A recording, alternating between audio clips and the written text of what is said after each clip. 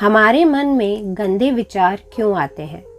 हम नहीं चाहते पर फिर भी हमारे मन में गंदे विचार आते रहते हैं। लेकिन क्यों? मन ही हमारा सबसे बड़ा दोस्त है और मन ही हमारा सबसे बड़ा शत्रु है। जब हम अपने मन के हिसाब से चलते हैं तो मन हमें भटका देता है, और जब हम मन को संतुलित कर लेते हैं तो हम अपनी जिंदगी में सब कुछ पा लेते हैं। हम हमारे मन में आने वाले गंदे विचारों को रोकने की कोशिश करते हैं, पर जितना हम रोकते हैं उतने ही ये विचार हमारे अंदर प्रवेश करते जाते हैं। आप जिस चीज़ से जितना दूर भागोगे उतना ही वो चीज़ आपको अपने पास लाएगी। इसलिए उस चीज़ से भागो मत, उस पर संतुलन कायम करो। एक बार एक युवक गौतम बुद्ध के पास आया और गौतम बुद्ध से बोला कि हे बुद्ध, मेरे मन में इतने गंदे विचार क्यों आते हैं? मैं नहीं चाहता कि मेरे मन में ये गंदे विचार आएं, पर मेरे मन में हमेशा काम वासना के विचार चलते रहते हैं और मैं इनके बारे में सोच सोच कर बहुत परेशान हूँ। मेरी ऊर्जा और समय ये सब सोचने में ही नष्ट हो जाता है, और इन सब के विचारों की वजह से मैं कभी भी साथ नहीं रह पाता और मैं हमेशा ही स्त्रियों को देखकर मोहित हो जाता हूँ। अपने आप को रोक ही नहीं पाता। बुद्ध मुस्कुराए और उन्होंने उस युवक से पूछा, क्या तुम्हें पता है ये काम वासना क्या होती है? फिर लड़के ने उत्तर दिया और कहा, बुद्ध, मैं यह तो नहीं जानता कि काम वासना होती क्या है, पर हाँ, ये जो भी है बहुत बुरी चीज़ है। फिर बुद्ध ने उस युवक से कहा कि सबसे पहले तो तुम्हें यह समझना है कि प्राकृतिक रूप से जो भी चीज़ें हमारे अंदर हैं वह बुरी नहीं है। हमारे जीवन में उसकी कुछ ना कुछ ज़रूरत है। वासना भी कोई बुरी बात नहीं है। ये तो हमारे मन की एक भावना है जो हमें किसी न किसी चीज़ की कमी का एहसास करवाती है, और फिर हम उस चीज़ को पाने के लिए उस चीज़ की तरफ आकर्षित हो जाते हैं। जैसे अगर तुम्हारे पास धन की कमी है तो तुम में धन पाने की वासना उत्पन्न हो जाएगी। तो वासना कुछ और नहीं है, बस एक प्रकार की कमी है जो कि एक प्रकार की ज़रूरत का एहसास कराती है, और जब ये ज़रूरत शारीरिक हो तो हमें इसे काम वासना कह देते हैं। युवक ने गौतम बुद्ध को कहा कि बुद्ध, मुझे काम वासना का मतलब तो समझ में आ गया, पर आप मुझे ये बताइए कि ये आखिर आती कहाँ से है? गौतम बुद्ध ने कहा कि वासना कहीं से नहीं आती, ये तो स्वयं हमारे अंदर ही होती है, और इसका होना भी जरूरी है, तभी तो मानव जाति का विस्तार होगा। युवक ने कहा, जब यह हमारे अंदर ही है और ज़रूरी भी है तो फिर लोग इसे गलत क्यों बोलते हैं? बुद्ध ने कहा कि यही तो समस्या है। लोगों ने काम वासना को गलत तरीके से सोच लिया है। इसे छिपाने की, दबाने की कोशिश करते हैं। काम वासना गलत नहीं है, बल्कि काम वासना का गलत तरीके से प्रयोग करना गलत बात है। लोग जिससे प्रेम करते हैं बस उसी के लिए जीने लग जाते हैं, उसे पाना ही अपना लक्ष्य बना लेते हैं और उसी के बारे में हमेशा सोचते रहते हैं, पर यह सब गलत है। बुद्ध ने युवक से कहा, क्या तुम्हें पता है जानवरों में भी काम वासना होती है? युवक ने उत्तर दिया, हाँ बुद्ध, जानवरों में भी काम वासना होती है, क्योंकि जानवरों को भी तो आखिर अपनी पीढ़ी को आगे बढ़ाना है। बुद्ध ने कहा, तो फिर हम जानवरों की काम वासना को गलत क्यों नहीं कहते? युवक ने कहा, मुझे नहीं पता महात्मा, आप ही मुझे बताइए। गौतम बुद्ध ने कहा कि जानवर अपनी काम वासना का प्रयोग आनंद प्राप्ति के लिए नहीं करते, वो तो सिर्फ संतान उत्पन्न करने के लिए काम वासना का उपयोग करते हैं। जानवरों को प्रकृति ने इतनी समझ नहीं दी है कि वो काम वासना को अपने सुख का आधार बना सके, जबकि मनुष्य अपनी समझ के बलबूते पर प्रकृति में पाए जाने वाले प्रत्येक वस्तु को अपने सुख के लिए प्रयोग करता है। हम इंसानों ने ही काम वासना को अपने सुख का साधन बना लिया है, जबकि प्रकृति ने तो हमें अपने वंश को आगे बढ़ाने के लिए इसे दिया था, लेकिन इंसानों ने इसे अपने जीवन का परम लक्ष्य बना रखा है, और इस तरह से काम वासना बेलगाम हो जाती है, और इसका बेलगाम हो जाना ही गलत है। युवक ने बुद्ध से पूछा, महात्मा जी, ये काम वासना हम पर हावी क्यों होती है, क्यों ये बेलगाम हो जाती है। तब गौतम बुद्ध ने कहा कि सुनो, अब मैं जो तुम्हें बताऊंगा उसे ध्यान पूर्वक सुनना। काम वासना का सारा खेल तुम्हें समझ आ जाएगा, तुम्हें तुम्हारे सारे सवालों का जवाब मिल जाएगा, बस तुम्हें ध्यान से सुनकर ये समझना है। फिर गौतम बुद्ध उस युवक को बताना शुरू करते हैं कि एक बार की बात है, एक आश्रम में गुरु और उनके शिष्य रहा करते थे। शिष्य रोजाना आश्रम के बाहर स्थित गांव में भिक्षा लेने के लिए जाते थे। उस आश्रम का एक शिष्य जिस गांव में भिक्षा लेने जाता था, उस रास्ते में एक नदी पड़ती थी। शिष्य रोज उसी रास्ते से भिक्षा लेने जाता था। एक दिन उस शिष्य ने देखा कि एक लड़का पेड़ के पीछे छिपा है। वह शिष्य उस लड़के के पास गया और उससे जाकर बोला, भाई, तुम इस पेड़ के पीछे छिपकर क्या देख रहे हो? लड़के ने कहा, अरे, तुझे दिखाई नहीं दे रहा क्या कि मैं क्या देख रहा हूँ? तब शिष्य ने नदी की तरफ देखा तो वहां पर कुछ लड़कियां पानी भर रही थी। वो लड़कियां 14-15 साल की होंगी। तब शिष्य ने उस लड़के से कहा, अरे भाई, वहां पर तो लड़कियां पानी भर रही हैं, इसमें छिपकर देखने वाली क्या बात है? तब वह लड़का शिष्य की तरफ देखकर उससे कहता है, अरे पागल, तुम्हें दिखाई नहीं दे रहा क्या कैसे ये परियां नदी से पानी निकाल रही हैं? जरा उनकी अदाओं को तो देखो, उनके कोमल शरीर को तो देखो, उनकी पतली कमर मटके को उठाते समय कैसे बल खाती है और उनके बाल उनकी कमर पर कैसे लहरा रहे हैं, मानो सुंदरता बिखरी पड़ी हो। शिष्य ने फिर नदी की तरफ देखा और इस बार वो शिष्य देखता ही चला गया। अभी तक तो उसे कुछ भी नजर नहीं आ रहा था और वह बिल्कुल निर्भय था। उसे किसी बात का कोई डर नहीं था। लेकिन अब वो छिपने लगा और उन लड़कियों को देखने लगा जैसे उसने कोई अपराध कर दिया हो। और जब वो छिपकर उन लड़कियों को देख रहा था, तभी वो अचानक अंदर से कांप गया और उसने कहा कि मैं क्या कर रहा हूँ? मैं जो कर रहा हूँ यह सही नहीं है, मुझे यहाँ से चले जाना चाहिए। और फिर वो जल्दी से वहाँ से चला गया। आश्रम जाकर वो अपने कार्यों में लग गया। लेकिन जो भी अभी वह देखकर आया था, उसकी आंखों के सामने बार बार आ रहा था। उसके मन में वही दृश्य चल रहा था। उसका किसी भी काम में मन नहीं लग रहा था। सुबह होते ही वह रोज जल्दी ही भिक्षा के लिए आश्रम से निकल जाता और उस नदी के पास वाले वृक्ष के पास जाता, जहाँ पर वह लड़का पहले से मौजूद रहता था। उसके साथ मिलकर लड़कियों को छुप छुप कर देखता। अब वह शिष्य रोज ही ऐसा करने लग गया। ये उसके रोज का काम हो गया। अब उस शिष्य का मन किसी भी काम में नहीं लगता था। वह हमेशा ही किसी न किसी प्रकार के विचार में उलझा रहता। वो आश्रम के कार्यों को भी ठीक ढंग से नहीं कर पा रहा था। ना वो ठीक से सो पाता था और ना वह ठीक से खाना खा पाता था। उसका मन बेचैन सा रहता था। उसका मन बार बार उन लड़कियों के सौंदर्य को देखने के लिए ललायित हो उठता था। जब गुरु भिक्षा देते, तब भी उस शिष्य का मन कहीं और विचारों में खोया रहता था। गुरु ने शिष्य की इन हरकतों को भांप लिया। तब एक दिन गुरु ने शिष्य को अपने पास बुलाया और कहा कि आज से मैं भी तुम्हारे साथ भिक्षा मांगने चलूंगा। तुम और मैं साथ साथ भिक्षा मांगने चलेंगे। तभी शिष्य ने गुरु को मना करते हुए बोला, नहीं गुरुदेव, आप परेशान क्यों हो रहे हैं? मैं अकेला ही ठीक से भिक्षा मांग सकता हूँ। गुरु ने शिष्य से कहा, ठीक है, तुम अकेले ही भिक्षा मांगने जाओ। शिष्य तुरंत वहां से भिक्षा मांगने निकल गया। शिष्य के जाने के बाद गुरु भी आश्रम से निकल गए और शिष्य का पीछा करने लगे कि वो कहाँ जाता है, किससे मिलता है। ये सब देखने के लिए उसके पीछे पीछे चलने लगे। थोड़ी दूर जाने के बाद गुरु ने देखा कि उनका शिष्य एक लड़के के साथ एक पेड़ के पीछे अपराधी की तरह छुपा हुआ है और छिपकर कुछ देख रहा है।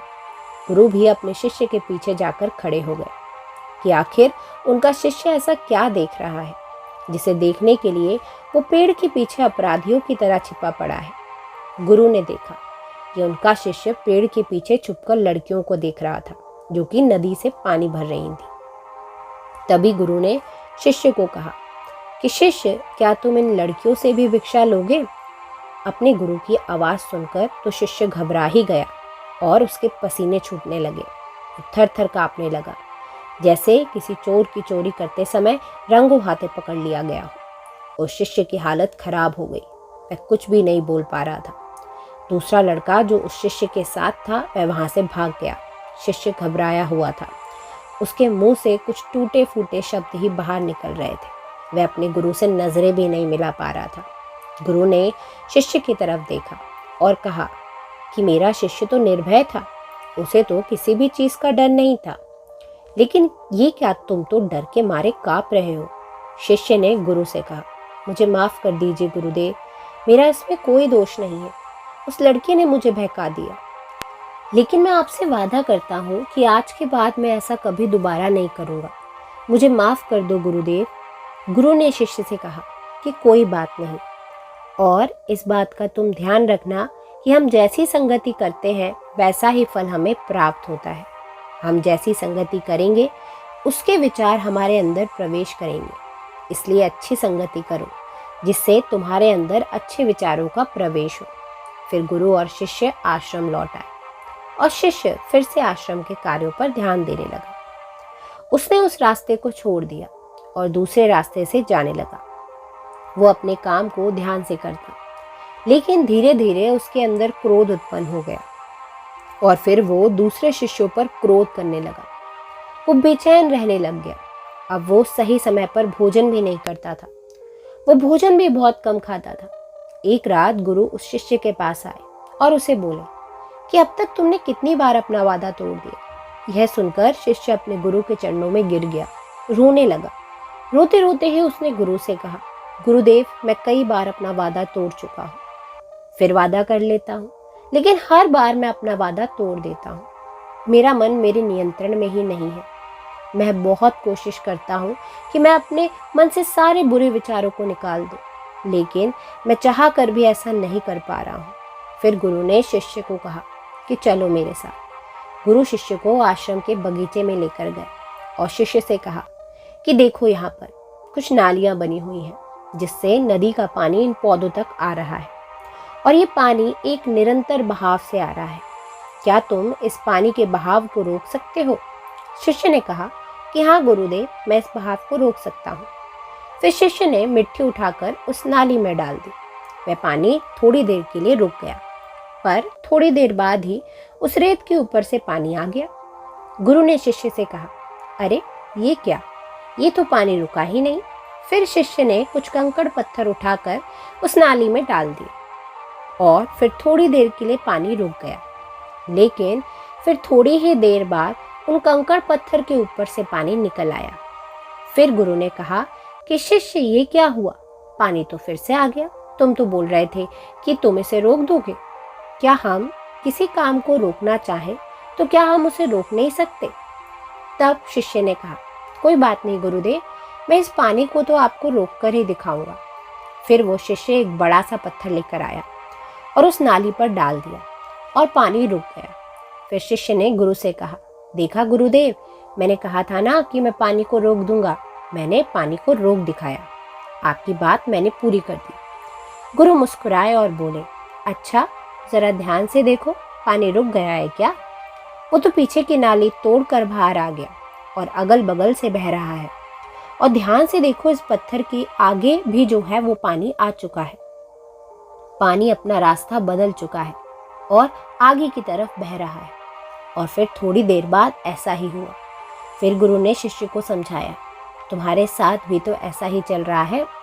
तुम बार बार प्रयास कर रहे हो, बड़े से बड़ा प्रयास कर रहे हो, पर हर बार तुम्हारा प्रयास टूट रहा है और ये हमेशा टूटता ही रहेगा। तुम कितना भी बड़ा पत्थर रख लो, लेकिन पानी तो अपना रास्ता बना ही लेगा। यह सब देखकर शिष्य निराश हो गया। फिर शिष्य ने गुरु से कहा कि हे गुरुदेव, क्या कोई तरीका नहीं है जिससे मैं इन गंदे विचारों से बाहर निकल सकूं और ये मेरे मन में आ ही ना? गुरु शिष्य को एक नदी के पास ले गए जहाँ से उस बगीचे में पानी आ रहा था। गुरु ने उस शिष्य से कहा कि वो पानी इसी नदी से जा रहा है। अगर हम यहीं से उस रास्ते को बंद कर दें जहाँ से ये पानी बगीचे में जा रहा है, तब क्या हम पानी को रोक नहीं सकते? शिष्य ने कहा कि हाँ गुरुदेव, अवश्य ऐसा हो सकता है, मैं इस पानी को यहीं से बंद कर देता हूँ। तब आगे के नाले में पानी जाएगा ही नहीं और फिर बगीचे में पानी जाएगा ही नहीं। फिर शिष्य ने नदी से जाने वाले रास्ते को बहुत मेहनत करके पत्थर और मिट्टी से डाल डाल कर बंद कर दिया और गुरु से कहा कि गुरुदेव, मैंने पानी को बंद कर दिया, अब यह पानी बगीचे में जाएगा ही नहीं। तब गुरु ने शिष्य से कहा, अगर पानी बगीचे में नहीं जाएगा तो पेड़ पौधों का पानी कहाँ से मिलेगा? उन पेड़ पौधों को तो पानी की आवश्यकता है और उन पेड़ पौधों में कुछ पेड़ तो ऐसे हैं जिनको रोज पानी की आवश्यकता है, वो तो मुरझाकर मर ही जाएंगे, उनका क्या होगा? पानी तो हमें खोलना ही होगा। शिष्य ने गुरु की बात सुनकर वापस नदी से जाने वाले पानी का रास्ता खोल दिया। तब गुरु ने शिष्य से पूछा, शिष्य, अगर हम नदी के पूरे पानी को बगीचे की तरफ मोड़ दें तो क्या होगा? तब शिष्य ने जवाब दिया कि गुरुदेव, वहां पर जितने भी पेड़ पौधे हैं वह गलकर नष्ट हो जाएंगे, वहां पर कुछ नहीं बचेगा। फिर गुरु मुस्कुराए और बोले, तुम इस बात को समझो कि हमें किसी भी चीज़ को रोकना नहीं है, बस हमें हमेशा संतुलन बनाए रखना है। कम पानी से भी पौधे नष्ट होते हैं और ज़्यादा पानी से भी पौधे नष्ट होते हैं।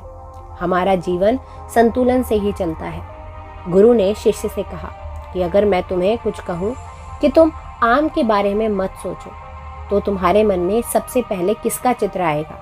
शिष्य ने कहा कि गुरुदेव, मेरे मन में तो पहला चित्र आम का ही आएगा।